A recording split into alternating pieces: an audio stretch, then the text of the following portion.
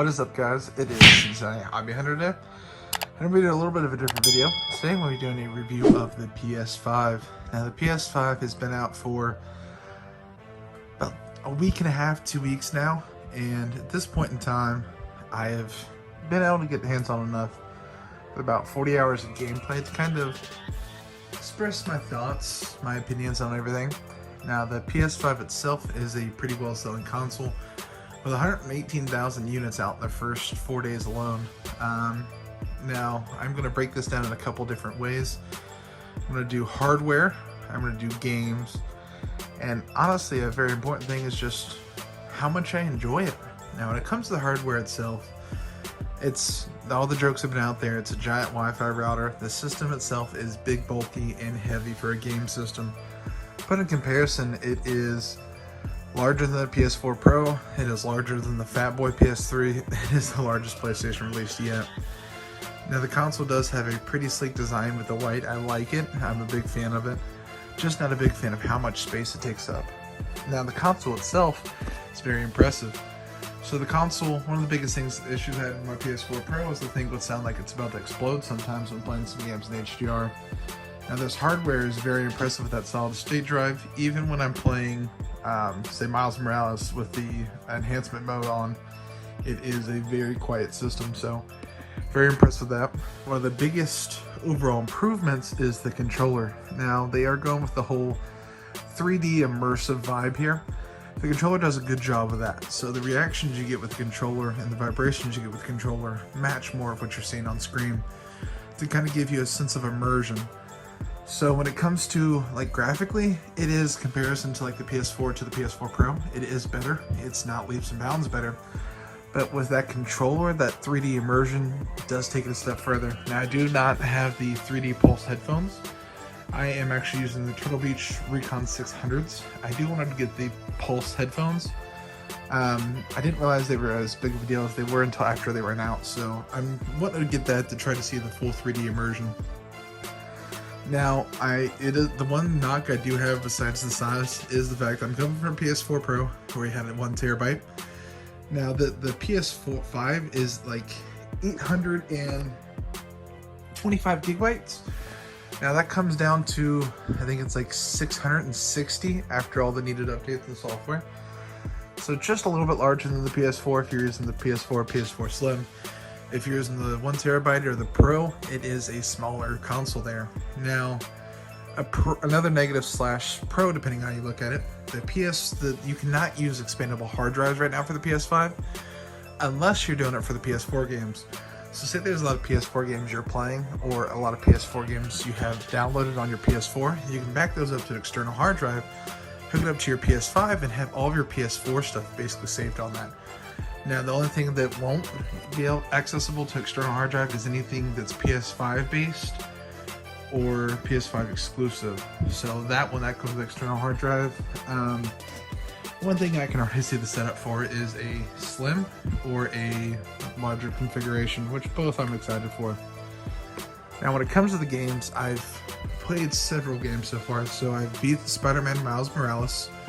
I've got probably 20 hours in Assassin's Creed. I've got 6 hours in Demon's Souls. And I've played some of that Astro's Playroom. Now when it comes to the games at launch, I think you have a good variety. So Spider-Man Miles Morales is the big first-party title that's an exclusive for the selling point of getting a PlayStation 7 Xbox. While Miles Morales' core gameplay is not too long, you can probably beat the core gameplay in about 12 hours. There's some side missions as well.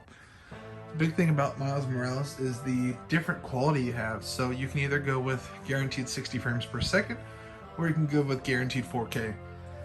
So if you're not running on a 4K TV, I'd go with the 60 frames per second. I wanted to have the picture better, so I went with the enhanced mode where it's better screen, better picture.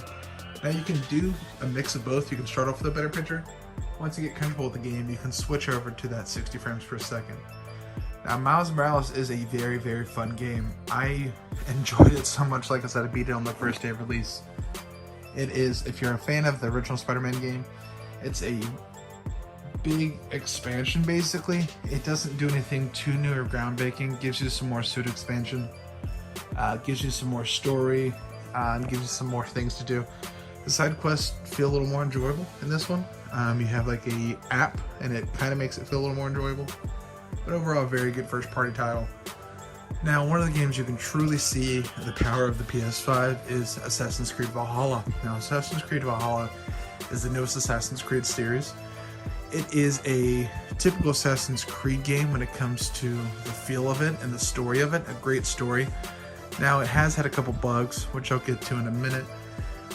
But the beauty of the game, it is a very large and very massive game, and I have not had a lot of screen tears, screen issues, bugs or kinks going on with it too, so I honestly have really had a really enjoyable experience there. And then Astro's Playroom. Astro's Playroom overall shows off the consoles, like the controller, haptic feedback. It shows it off very well. It's kind of overpronounced so you can experience it there. It's a fun little platformer as well too. And then Demon's Souls. If you are a person who hates yourself and likes a difficult game, Demon's Souls is the game for you. I've got probably 5-6 hours in it. I've kind of already bricked a character. So with Atlas titles, they're very hard. Demon's Souls is treacherously hard.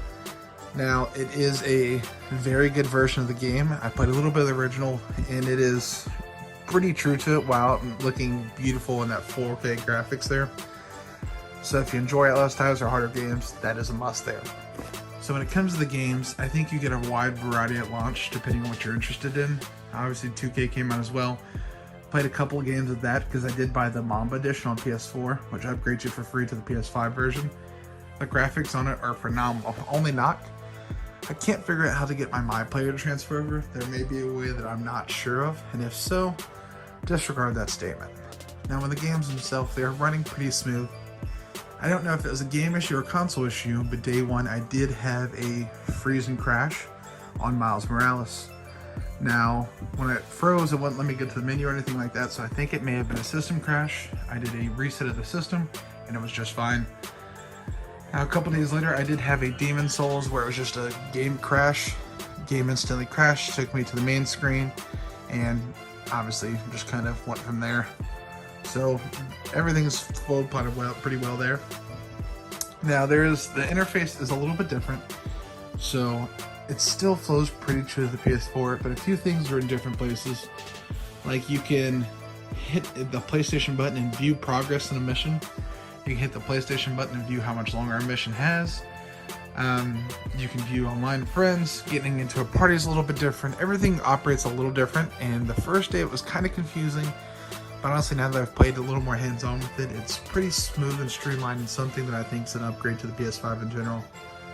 Now with the games, the console, its performance, the biggest thing is how enjoyable is it?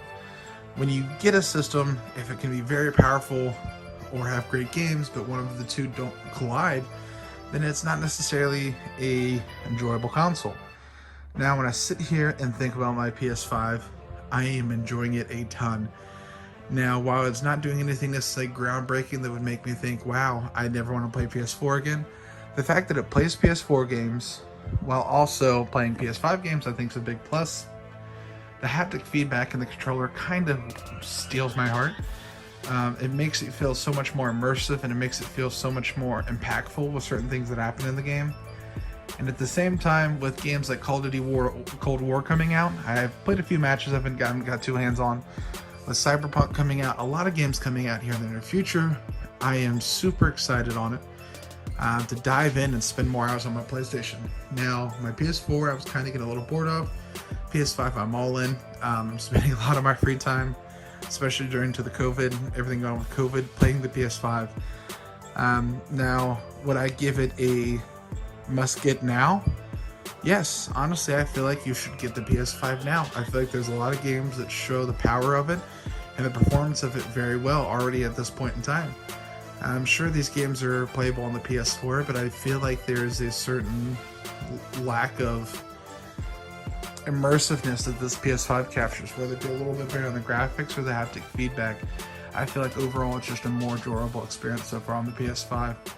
Now, giving the PS5 a 1 through 10 rating is a little difficult.